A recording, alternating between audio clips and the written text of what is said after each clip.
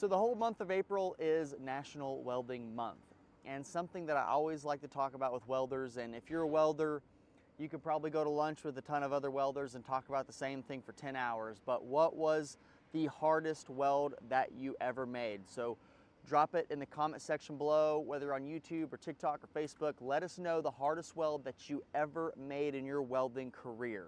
So the hardest weld that I ever had in my welding career was a 12-inch line that was in the rack. It was very magnetized. It had been cut and re-welded and cut again.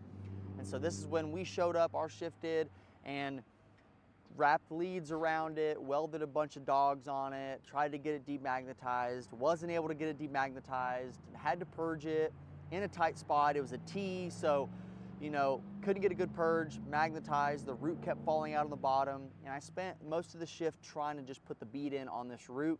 I would get a little bit that looked good, I'd weld some more, it'd fall out, grind it, weld some more, fall out, grind it, re-weld it, okay, that looks good, move on. And this went on for hours of the shift. But all I was able to get completed was the root in that, and then the next shift came in and filled and capped it, and it shot good. But I spent the whole shift on that root, and it really kicked my butt. I went into the QC office a couple times to talk to some of the other welders there, just to see what they would do. But thankfully, nobody helped me. Thankfully, nobody helped me, and I sat there and was miserable and fought this weld the whole shift because I learned an extreme amount about welding with those situations and under those circumstances.